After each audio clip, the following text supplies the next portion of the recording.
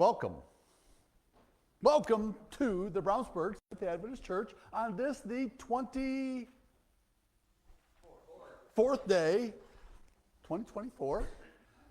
And the next question is there any better place to be than right here? No, this is the best place to be on Sabbath morning. This is a sanctuary for sinners, not a museum for saints. And we welcome everybody to participate. The more you participate, the better it is. Okay? So, with that, welcome. And we've got about an hour together.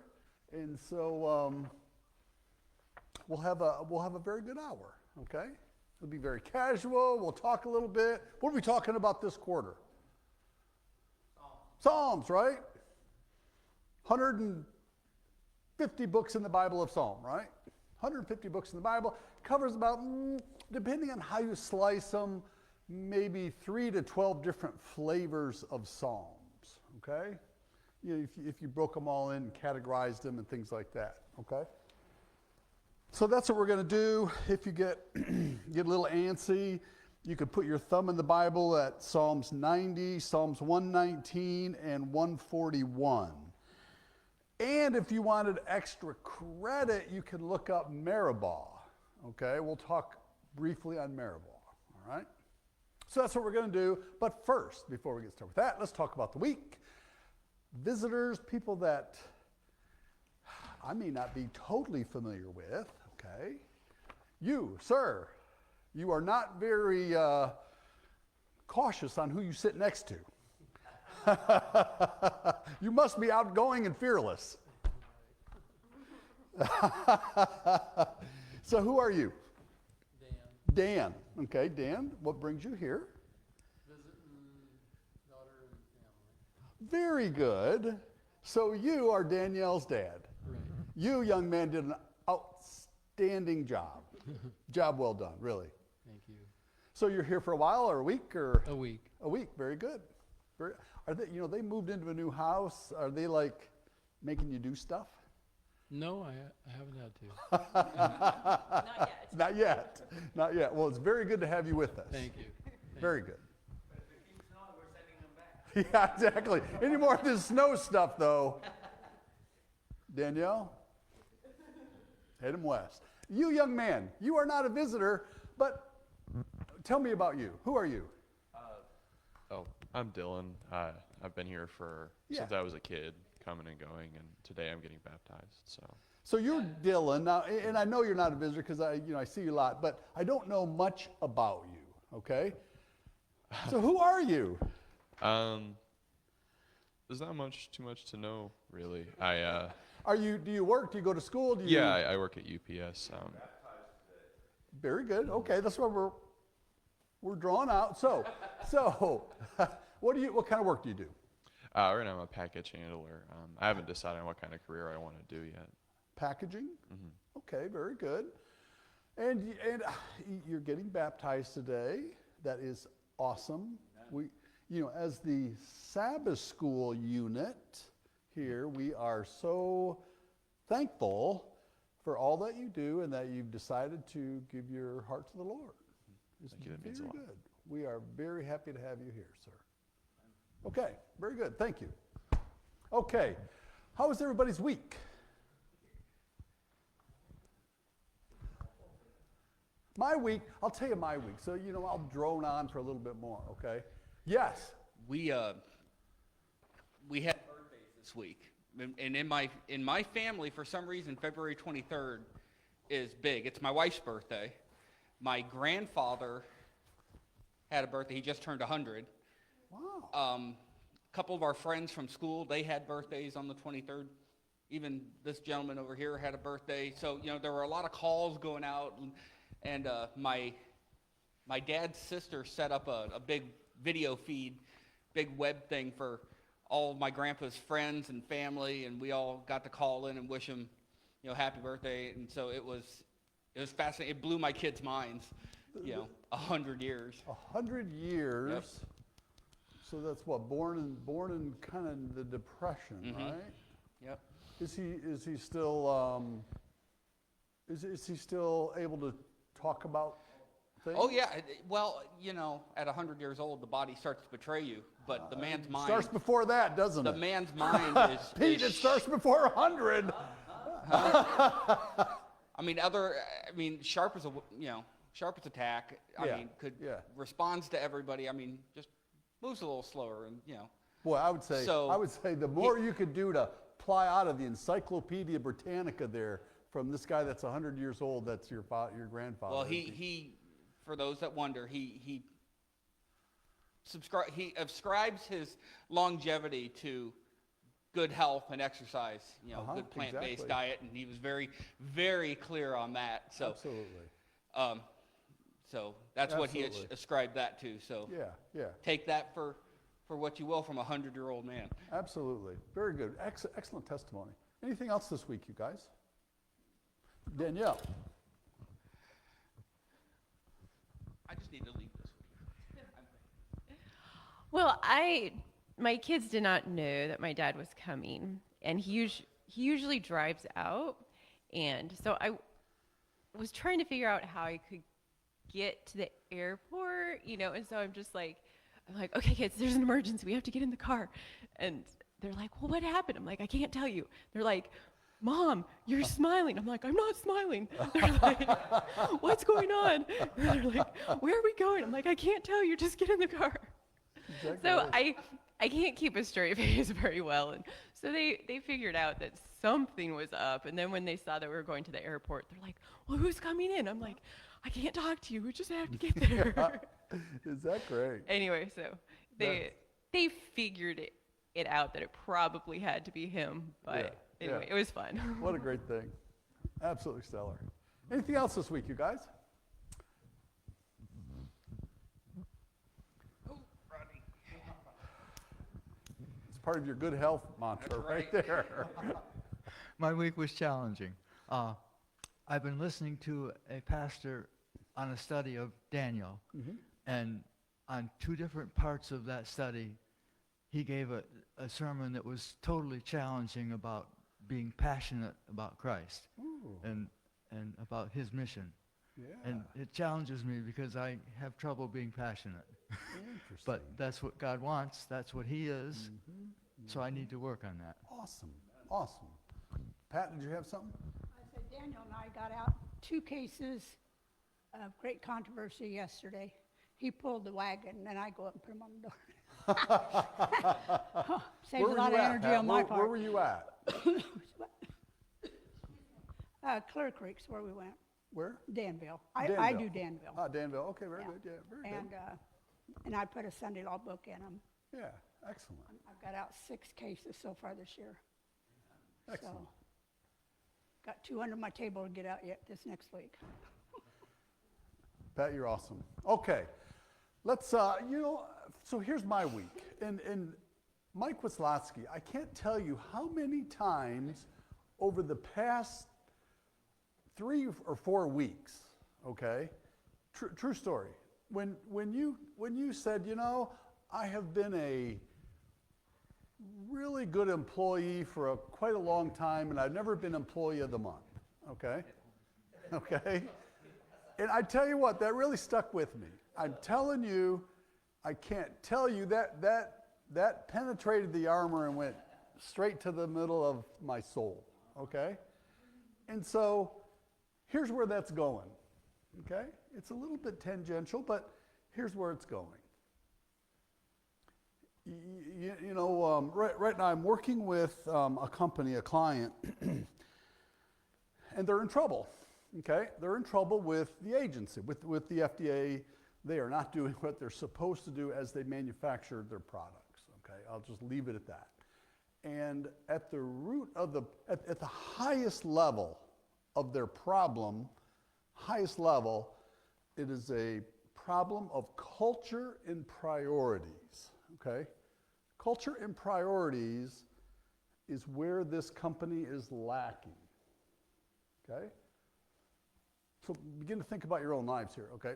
Culture and priorities is where this company is really lacking. So part of my job is to understand the company top to bottom, forwards and backwards. So I interview literally 50 people this past week, and just bring them in and we talk to them and just say, hey, Dan, tell me what you do, how long you been there,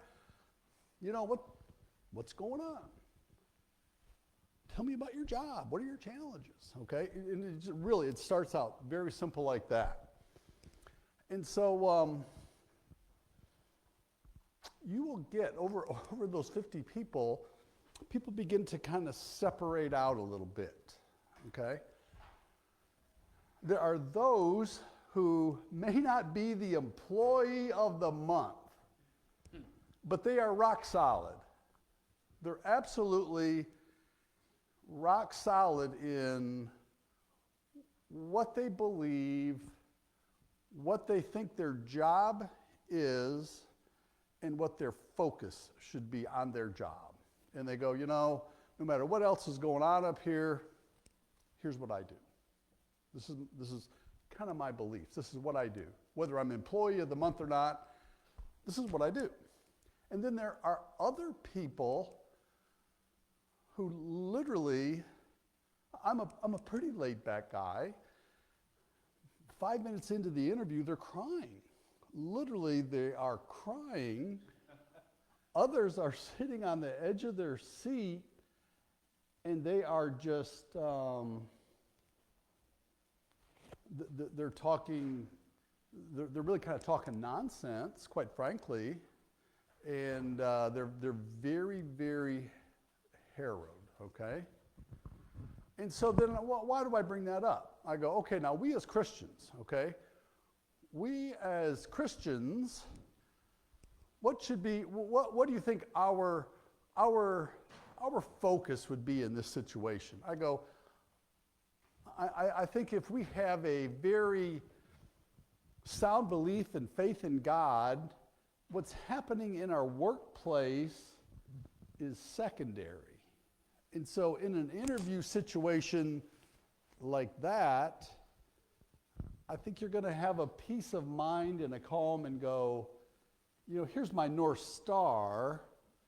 It is not what the leadership of this company perhaps is doing. It is what I believe internally, and I'm guided by the presence of God. And I think that kind of does divide out in situations like this, Okay, so I just want to share that with you, and Mike, I can't tell you, I will continue to think about that statement, because I just can't tell you how much, because, people hand out, employee of the month, and historically it's like, what? And it's like, well, I know how they got that and all that. So the people who are really the bedrock of an enterprise are often not the ones that get the ink, oftentimes. Okay, so anything else this week, you guys? We have more visitors, okay? And so, can I impose on you guys to say, what's your name, where are you from, and we'll go from there.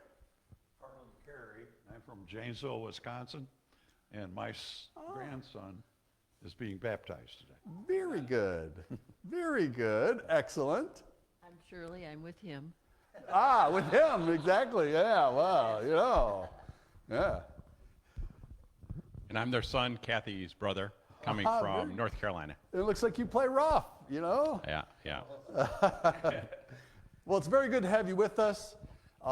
It's awesome to be here to witness a baptism, so we really appreciate your presence here today. Amen. Thank you very much, and feel free. We hope you participate in the Sabbath school. The more you participate, the better it is. Okay? Okay, very good. All right, anything else about the week? If not, we will march on to the lesson. Okay, here we go. Let's see. The first point of the lesson. So I've got 8 points from the lesson.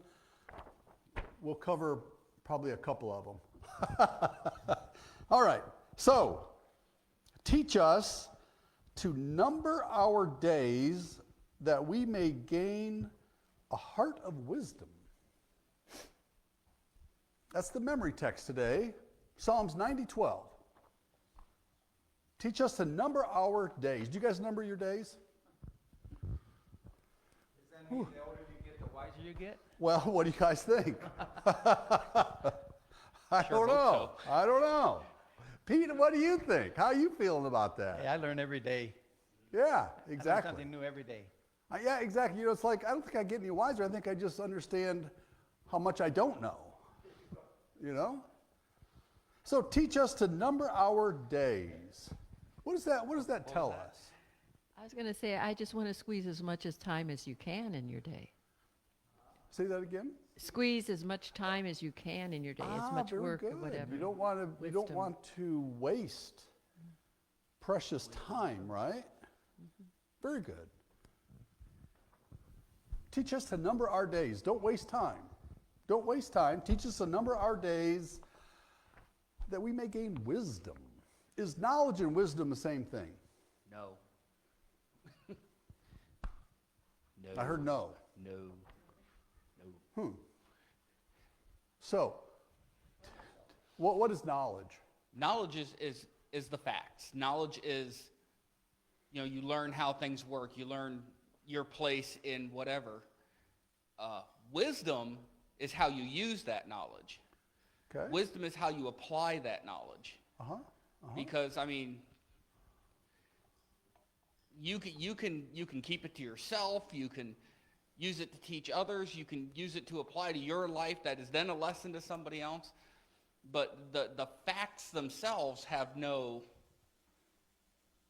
power to influence. How you use them is where wisdom comes into play. That we may gain a heart of wisdom. Number our days, so we're going to fill up our days correctly, that we gain wisdom. Wise did one. It's good to see you, Donnie. Thank you. Happy Sabbath. Happy Sabbath. So numbering out, do we do this? Is this something like falling off a log for us that says, every day we gain wisdom? Wisdom comes from doing things and finding out how they fit. So to number our days is to put things into them that might be scary because it will give us wisdom. Okay? Where does wisdom come from? Tell me more. Oh, you put me in trouble there. So if you and I sit down and we chat, you may not get wisdom from me, right? No, I don't get any wisdom. You don't get any wisdom No, from me. sometimes I get it too, because of how you do things. If you do good things, I get that wisdom from you too. Is that knowledge or wisdom? That is because of wisdom, because you get from God, that you're sharing with me. Some things that I might share with you Yeah. might be sharing wisdom from God. Other things might just be knowledge. If I tell you, Even in knowledge also, you're getting from God, not It- from your own. I don't know. No, that's If I say, Donnie, when you build a deck, make sure you put the foundation 36 inches underground. why not it's Is 2 that- feet? is Why, that why wisdom? can't I put a foot 2 feet? Why should I have to put a 36 Is that wisdom or knowledge? That is technical knowledge, not wisdom, not Exactly. knowledge. Exactly. Yeah. So, That is so that would be wisdom. That's knowledge. What do you guys, what would you go, I want to put something over here that says, this feels like wisdom.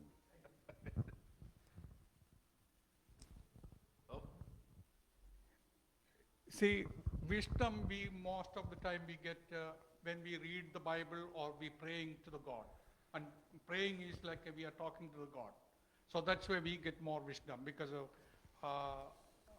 well, first of all, Solomon, he only asked for wisdom. He never asked anything else. He But never if- asked, So well, I'm going to press the table. I'm going to press the table a little bit and go, that we may gain a heart of wisdom.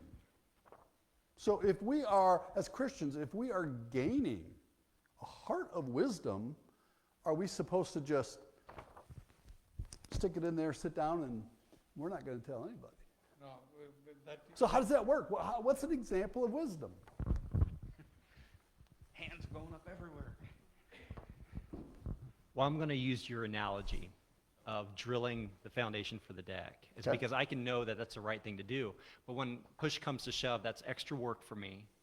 And it might cost a little extra money to, buy a couple more sacks of Quickcrete or whatever so I can yep. stabilize that, that beam coming out.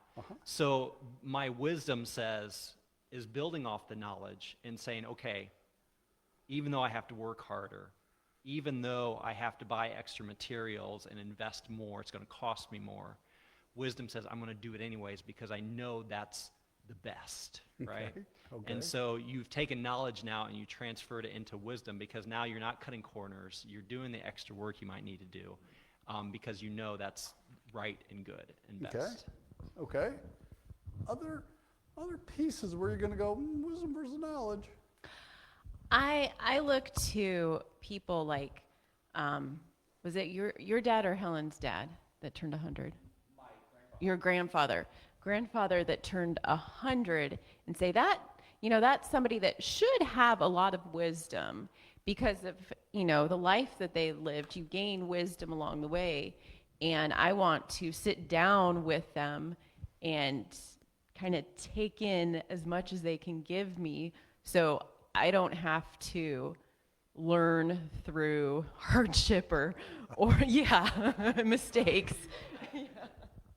Let's take a piece of example of that, okay?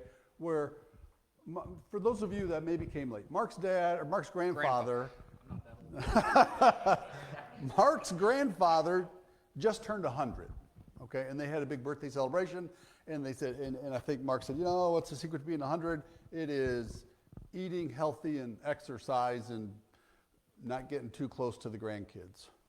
No, wait. Eating healthy and exercise. I don't think I said that. Eating healthy and exercise. Okay, and I go, there's a little bit of knowledge there, right? But there's a lot of wisdom. So where did how does that get parked into the camp of wisdom? This is kind of oh, yes. You're from Janesville, aren't you? Yes. Wisdom is what you have when you take your day's experiences and you sit down with God and you study and you say, this is where he's leading me. Absolutely. That was the key. That's what we were looking for, okay? If you don't really have the peace about, is this really part of God's sphere? Well, is it really wisdom? I don't think so, right? We as Christians would go, nah, maybe not, right? Maybe not, right? Excellent. What's another example, a practical example, one more. What is a practical example of, here is a piece of wisdom.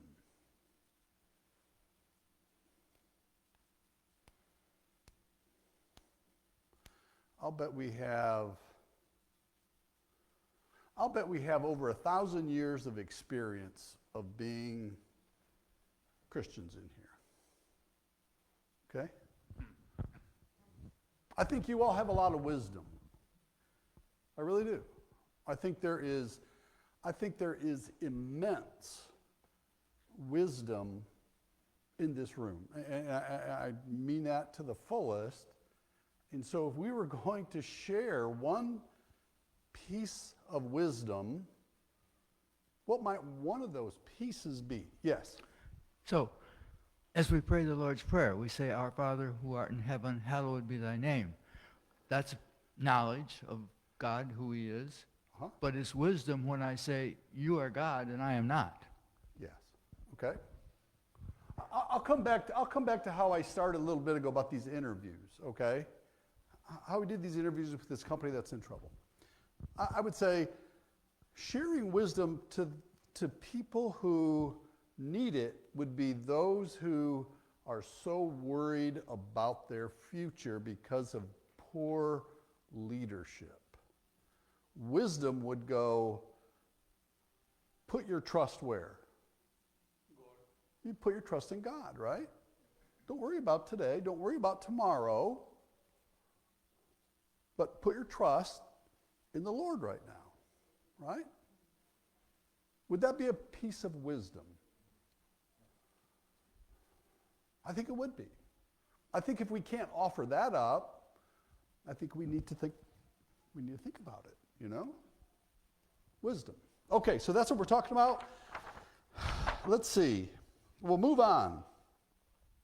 The Bible depicts a daily life of faith as a pilgrimage or a walk with God. Let's look up Psalms 119. A daily pilgrimage and a walk.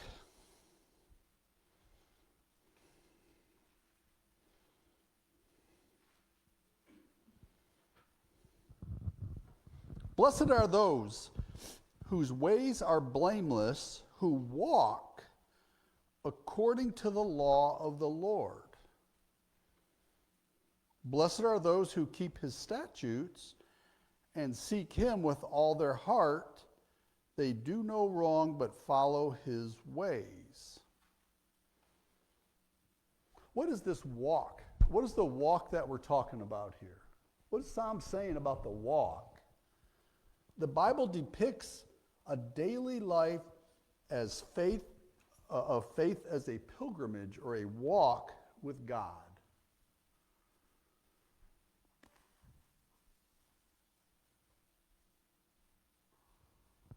A walk. When you talk about the walk as it's mentioned in Psalms there, I always interpreted that as, when you're walking, it's a journey. You start somewhere, there's an ultimate goal in mind. And that's just what that is. As you're growing in your walk, you're learning new things, applying new things, and you're walking along. Sometimes you pick up somebody who's behind you on the path, you help bring them forward. Sometimes somebody brings you forward a little bit on the path if you're all walking the same direction.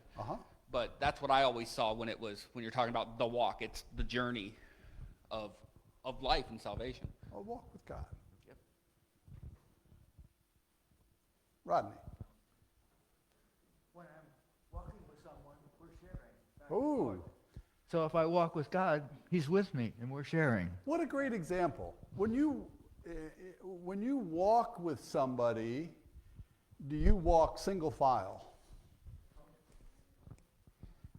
I get in big trouble, actually. Okay, this is a point of contention in my family. In full transparency. Unfortunately, my wife isn't here. I've had a habit. I've had a habit in my life of walking kind of fast. And so, consequently, there are times when, you get out of the car and you're walking somewhere and you go, oh yeah. Where is everybody? Yeah, wait, she's back there. And that will be noted. That will be duly noted that we are not doing a walk together. We are not having a walk. Right? No, actually, she's trying to follow you, not you are not following. Yeah, she's not a good follower.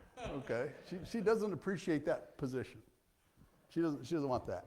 To Rodney's point, though, when we really do walk with somebody, we're next to each other, right? What do we do when we're next to each other and when we're walking? What do we do? You're talking. We talk, right? Hey, look at that tree. Is that gorgeous? We share things, right? Sometimes we're silent, but we're still together, right? But see, in this test, walking with God, actually I learned means we have to follow his commandments. Okay, when we follow his commandments, we are walking with God. That's why I feel that way. When we're walking so is it chicken and egg? Chicken and egg, is it if we're following the commandments, we're walking with God? Or is it, if I'm walking with God, I'm following the commandments? No, means I'm not saying that one because I'm saying if you follow the commandments, you're walking with God. That's what I said. Well, So, okay. kind of going along with that, you know, if you're on a path that you've never been on before, but you're with somebody that has been on that path, Oh. you know, and you get to a T in the road, I can say, yeah, this looks like the right way, but I'm going to need, like he's saying, I'm going to need to follow the person that's been there before or knows about the path in order to go the right way. So when we're walking with God, we need to follow and do as he says, follow his commands if we want to stay going the right way. You might say, Ben, come back here. You missed the fork in the road. We're going this way. So I walk with goals in mind, and he likes to enjoy the scenery. Exactly. So yeah. So we just said, well, this walk is, I'm following commandments. You guys feel good about that? I kind of got to know over here. No, not at all. The walk is getting to know Jesus. It was a relationship. The commandments come from that. If the walk was about, okay, we're going to march together, we're going to be in the same step, we're going to breathe at the same time. Well, that kind of sounds like following the commandments in this walk, okay? I'm being very sensational, but that kind of feels like that, right? And you go, ooh, is that a good walk? I don't know. That's not how I walk, right? Go ahead. The good thing about walking is that everybody's got their own pace.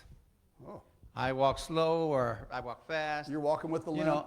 know, and limping now, you know, but what I'm saying is sometimes we expect everybody to keep up with us. And that's not the way life is meant to be. There's some people that are laid back, meant to stay behind, to observe all that they can see and take in and look and stop and read. We used to go on nature hikes, and my wife and the kids, they love to stop and read every placard, everything on the path. I said, no, man, I just want to walk, you know. So I'd walk ahead, and I'd turn around, come back, and they're still reading. So what I'm saying is, sometimes we got to stop the expectancy that we have to have everybody at our own pace. Everybody has their own goal, what their goal is. Like Danielle said, you hike, some people want to just do that mile path, or 2 mile, 5 mile path. I just want to get it done so I can say, hey, I did the 5 mile trail, you know? Or there's those that take the 5 mile trail, and it takes them 5 hours to do that 5 mile trail because they're observing everything, reading everything, and that's how you get knowledge. You know, my kids said, well, how do you know about your plants? How do you know about what you're looking at if you don't read about it? In our journey with... That's a fair point, Pete. Right. And so our point today is that in our walk, we have to stop and receive all the knowledge, all the wisdom that we can for that journey that we're in. Yeah. So the lesson goes on to say about stumbling in our walk. Okay, let's see, what does it say? We talk about stumbling in our walk. What does that mean? If we're walking along and there's a stumble, what is that? What might that be like? Well, I know whenever I'm walking, and I've got 2 small boys, so walking around my house is like a minefield. Toys left all over the place. My son's into Lego, and we all know what it's like stepping on that. But when you stumble, it's because you're not paying attention. Ooh. If we're going to use the walking on a path analogy, if you're not watching your steps, you don't see that loose rubble. You don't see that rock. And so if you're walking along and all of a sudden you go, ooh, look, squirrel, down you go. If you're trying to keep walking but you're not keeping your eye on where you're going, you're just doing this, you will trip and fall, stumble. So what does that mean about focus in our walk? So we're walking side by side. We said this walk with God as a pilgrimage is a walk side by side, and we're in, we'll say, constant communication, right? When I think of my best walk, my best walk in my relationship with God, it's when I'm in constant communication, right? It's not, we're walking side by side and, next week I might say something to God. Well, that doesn't sound like a very good walk, okay. So what happens during a stumble in that walk? Welcome, both of you. It's good to have you here. Thank you for joining us. Okay, so how about a stumble? What takes place during this walk with God and it is a stumble?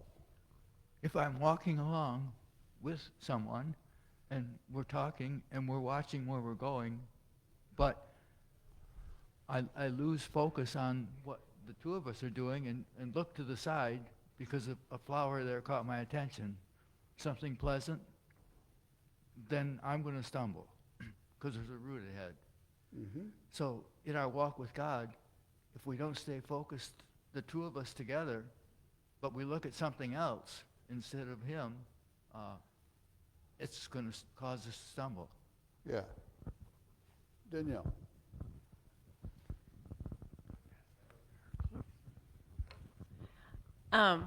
And walking with God, he can kind of tell us what's coming so we won't stumble. We were walking with Pathfinders, and this one little boy, he stumbled on something, and so then ever after that, he felt it was his duty. He would be like, rock, root, rock. Yeah. Right, like, right. thanks. And it kind of got, we were like, okay, you don't need to tell us about every single one, but that's kind of what God does. He's out there saying rock, root, trying to, and we can listen or we can get annoyed and say, okay, I don't want to listen to you anymore, but he's out there to kind of help us so we don't stumble. Okay, very good. Okay, let's move on. Psalms 90. Let's turn to Psalm 90. Hey, Bruce. Yes. One thing. I think we all stumble in our lives. Ooh. If we think that we're going to lead a perfect life, walk perfect path, if we look straight ahead, too many people think that we're going to look straight ahead, we're going to walk in perfect. Hey, I got a God on my side, everything's going to be right. I gave my heart to him, and everything's perfect. We're wrong. We're not walking the right path. Because we need that stumble in our lives. Because that's how we learn.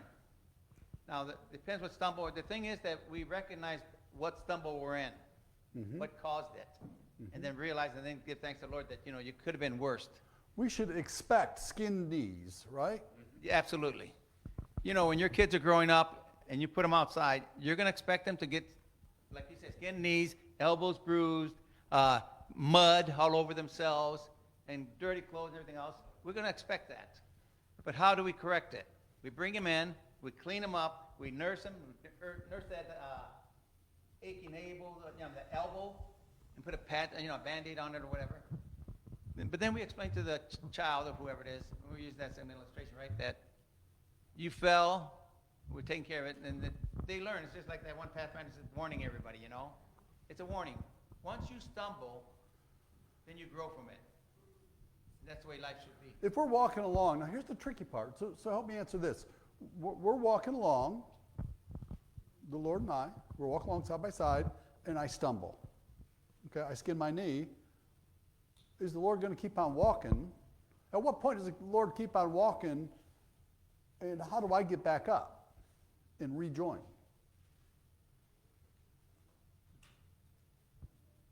The promises will always be there. In the Bible, it says 7 times stumble.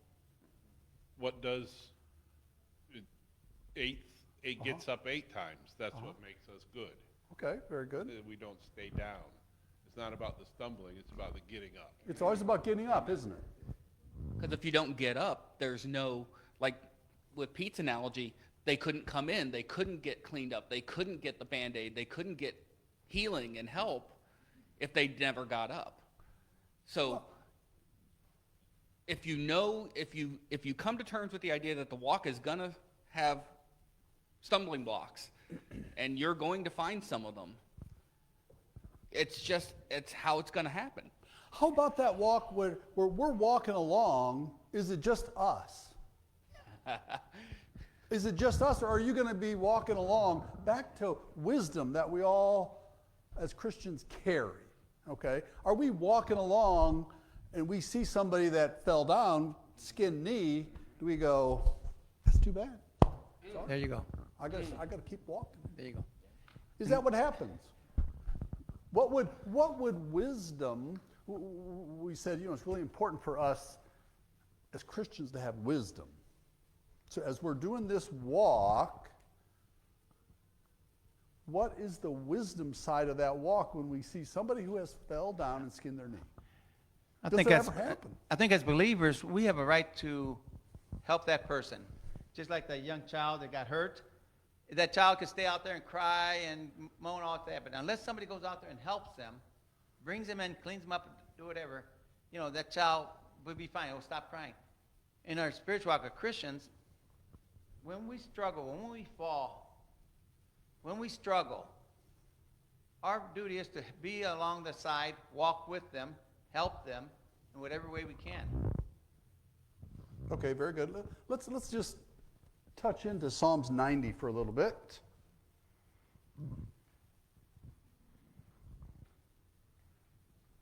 Psalm 90.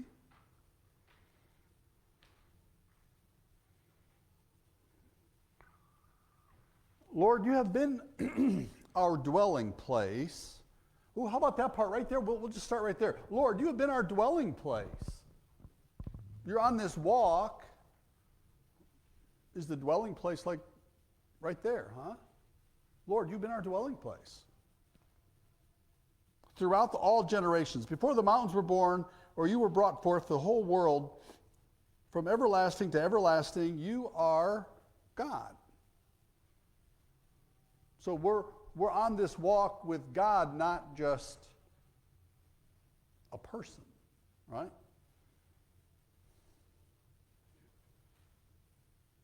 You turn people back to dust, saying, return to dust, you mortals. 1,000 years in your sight are like a day that has just gone by, or like a watch in the night. What does that mean about time right there? 1,000 years in your sight is like a day that has just gone by. He doesn't dwell in time. And that's hard to understand. Because we do dwell in time. Yeah, it's his clock, right? We can't be too impatient here, right? Well, that's just human nature. When you're dealing with God, is eternal. He's got a much broader vision of what's happening. When we're walking, he's not just walking with me, he's walking with Rodney, he's walking with Pete, he's walking with Danielle, and he sees all that. And we can get frustrated because we don't know where we're going. And we want to know, but we don't, but God knows. And so as long as we believe and trust that he knows where we're going, it kind of tamps down that anxiety, but it's always there because we're frustrated with it because we don't see it all. So let's keep going. Very excellent. Let's go into verse 13. Relent, Lord. How long will it be? How long will it be? Has anybody ever said that? All the time, right? All the time. How long is it going to be? How long are we going to be in this, right? Satisfy us in the morning with your unfailing love, that we may sing for the joy and be glad of all our days. What a great way to start the morning, huh? Maybe if it's one thing we could carry away today, it might be that verse right there. Just to tuck that away and go, tomorrow morning I'm going to start the day with verse 14. Relent, Lord, how long will it be? Have compassion on your servants.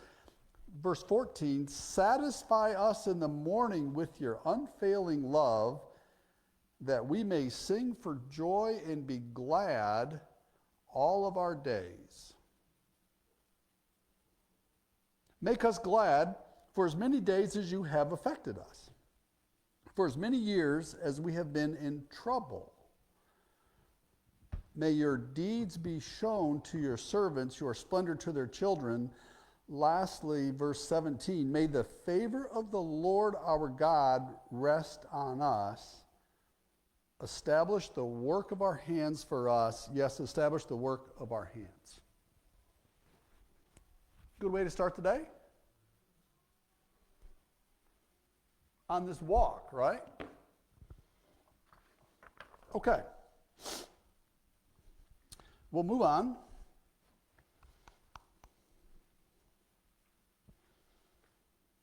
Meribah. Okay? Meribah was in our lesson this week. What happened at Meribah? Do you guys remember? I didn't. So here we go. Meribah was the site of the Israelites as they passed through the desert wandering.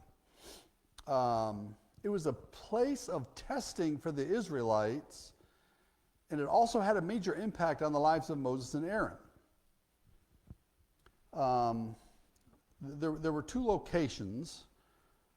At Meribah, Massah, the Israelites were extremely thirsty and quarreled with Moses for their lack of water.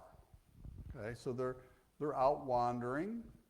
People are getting upset. They're thirsty, right?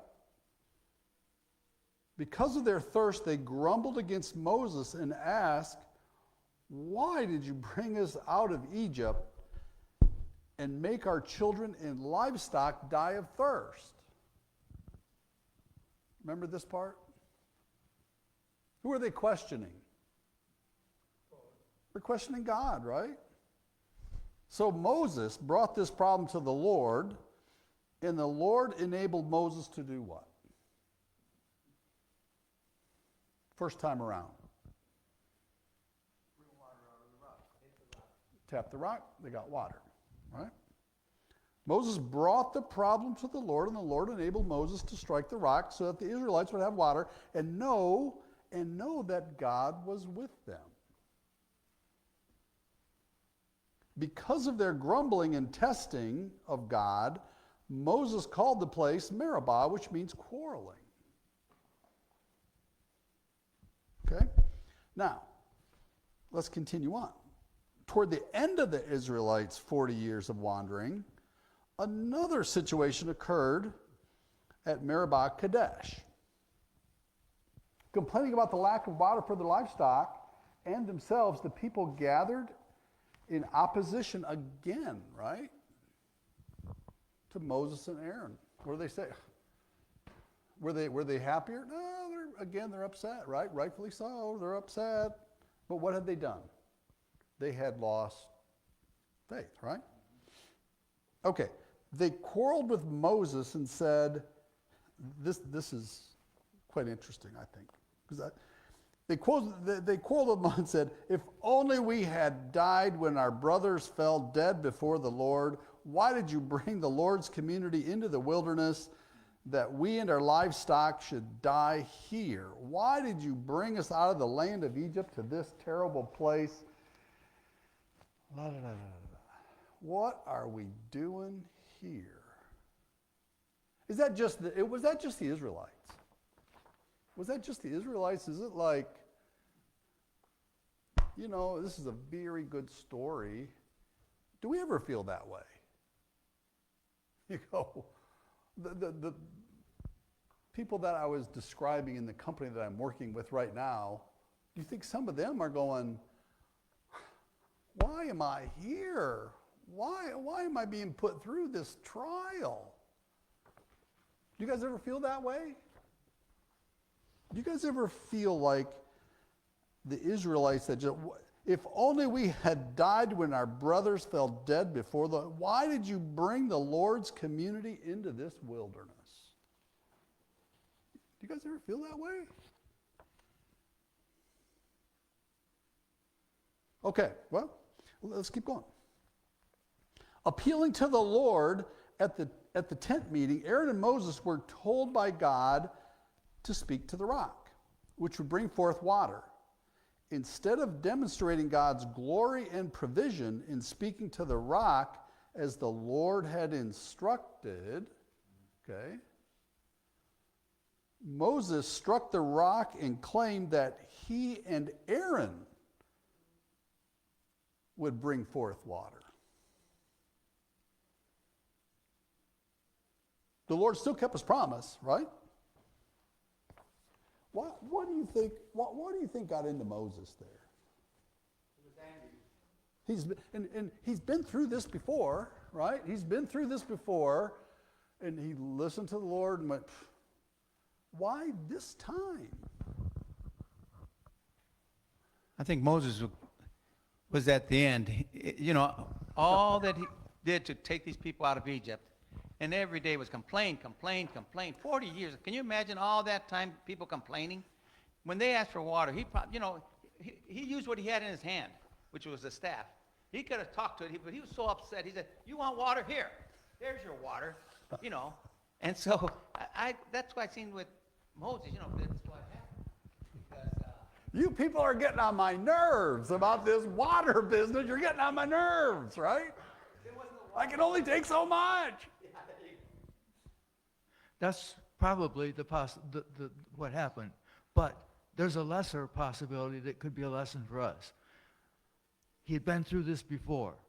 So instead of really listening to God, he just remembered what he did before. Ooh. We need to be listening in detail.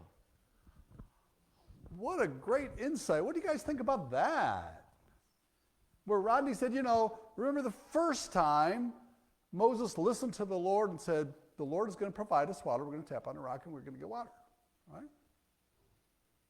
And then he's like, to Pete's point, these people are just getting on my nerves. Well, we've been here before, boom. Right?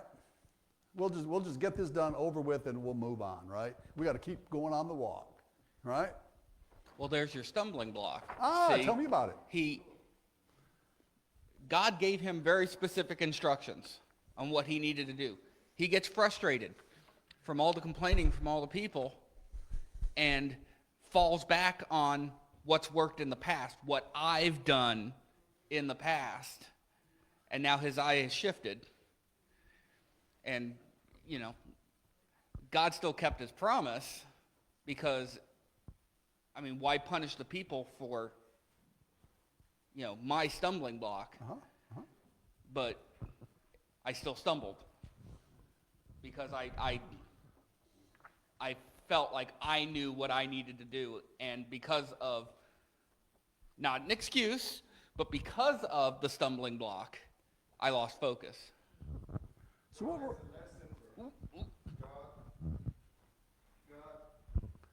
God wants to show us.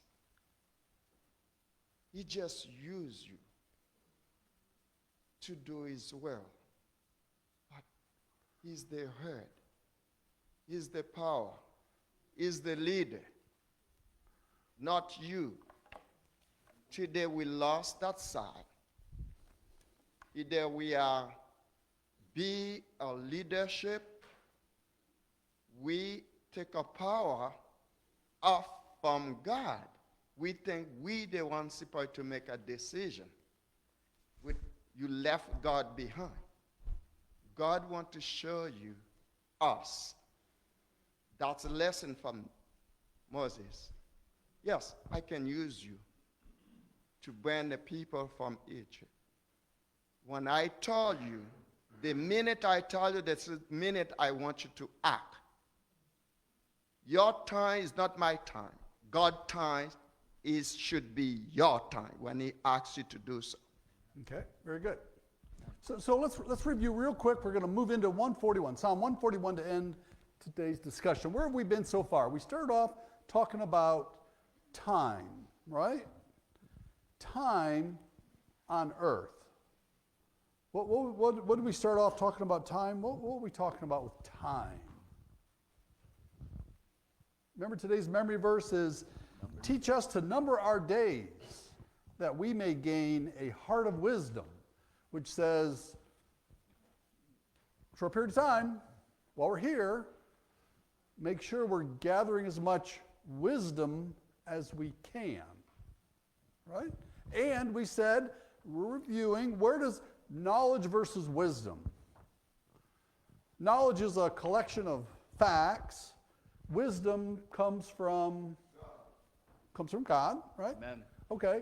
And then we're on this pilgrimage. We're on a walk. Good to see you, sir. We're on this walk, right? We're on this pilgrimage. The walk is what? It's our time with God, right? It's our time with God. From time to time, we what? We stumble, we fall down, we skin our knees, right? And during that time, kind of where's all this leading? What was the purpose of talking about Moses and the water? It was about what? Not losing faith, right? Trust in God, all right? Okay, so that's where we've been. That's where we've been today. This is the close, 141, Psalm 141.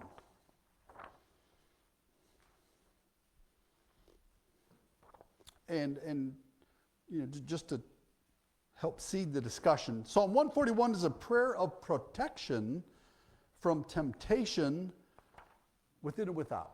So it's a prayer against temptation. Would we ever use that?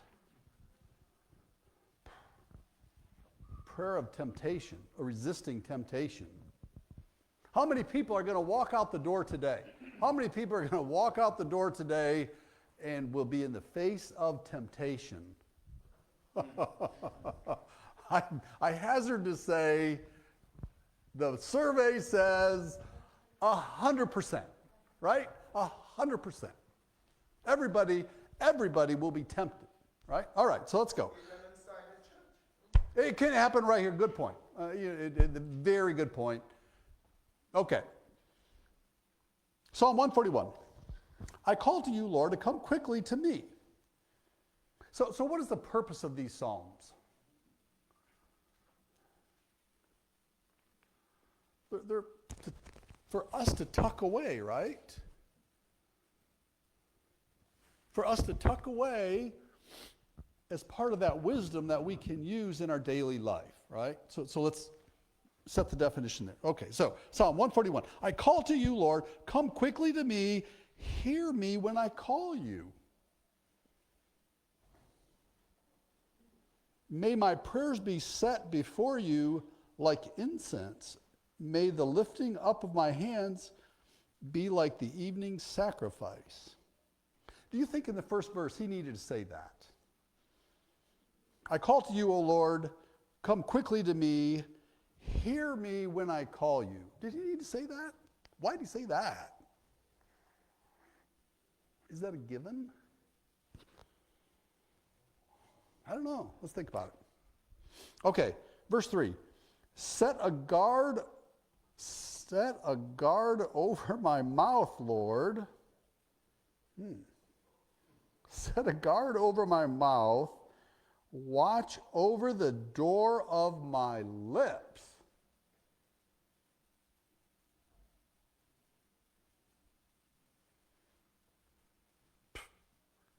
We don't need that, do we?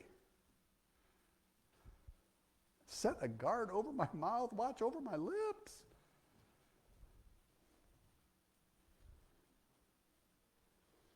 Do not let my heart be drawn to what is evil, so that I take part in wicked deeds along with those who are evildoers, and do not let me eat their delicacies.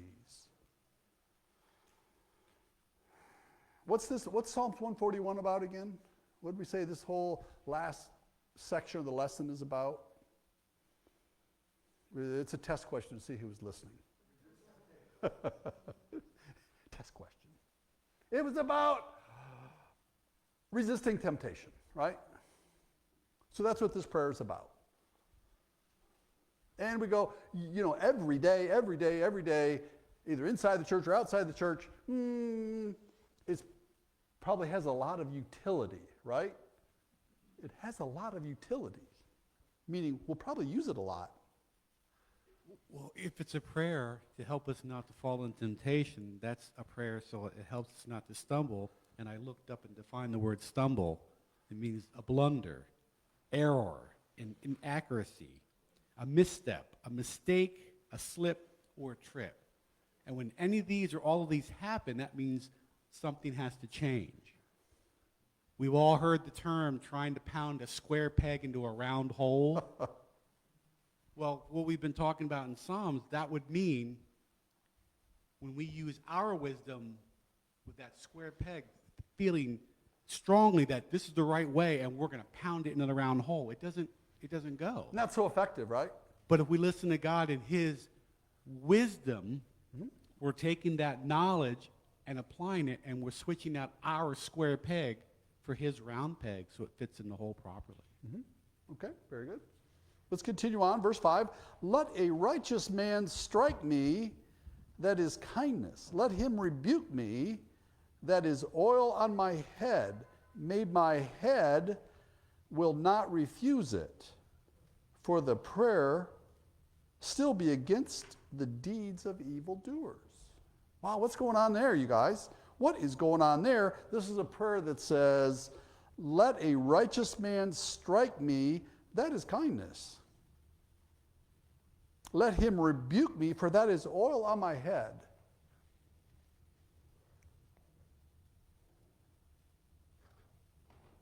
This is really important, right?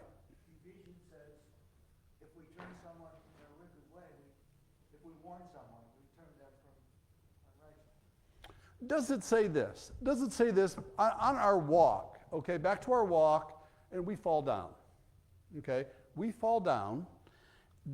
Is this not saying, let a righteous man strike me, let him rebuke me, for that is oil on my head? So if I fall down, and Donnie has the wisdom of God, he walks by and he talks to me, right? He talks to me and picks me up, right? And that's where, instead, I could be on the ground. Donnie is a man of God's wisdom, and he tries to talk to me, and I go, get lost. Can't you see my knee is bleeding here? Come on, get out of here, right? But instead, this prayer says what? Let him rebuke me, for that is oil on my head. Okay, so let's keep going. Where should we go? Let's go down to verse 8. But my eyes are fixed on you, sovereign Lord.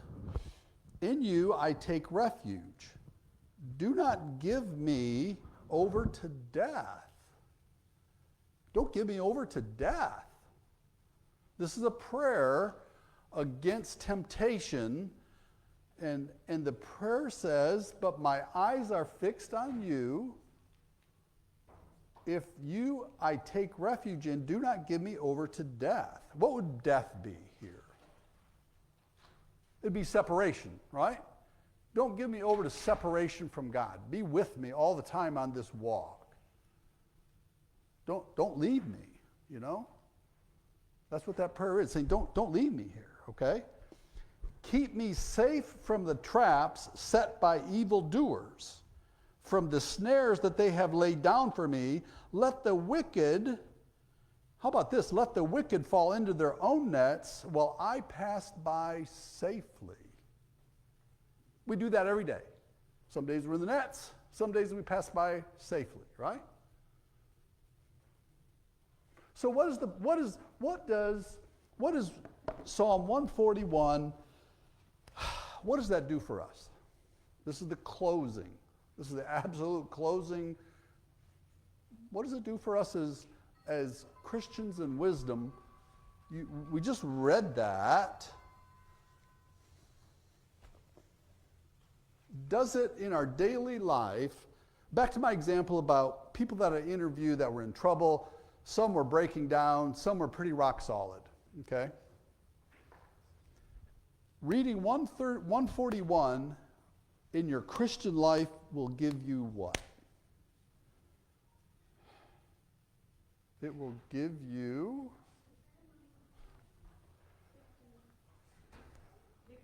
Victory, it'll give you a way forward, right? A way forward to, quote, win the day, right? A way forward to win the day. You know it's going to be tough out there. How many people go, as I get ready to walk out the week, it's going to be tough, right? It's going to be tough. There's going to be lots of areas where I can fall down and be in the net. But 141 is giving us that peace, right? That peace, hope, and a way forward to be with God, right? That's what 141 is all about, okay? Any last comments? Prayer is something to realize in God, to kneel before God, and wisdom means the Spirit of God will be able to keep enemy away from you. That's the only way you can be able to fail and get up again to walk until God brings us to the race. Very good. Thank you, sir. Anything else? We'll close with a word of prayer. Thank you, Lord, for letting us share your word today during this lesson study hour. Thank you for giving each one of us the wisdom and courage to speak about your words, your love, your wisdom. May each one of us take that Christian wisdom with us and let us continue that walk and pilgrimage with you throughout our daily life. In Jesus' name, amen. Thanks, everybody. This was very good. Absolutely stellar. Appreciate everybody's participation. Really good. Thank you.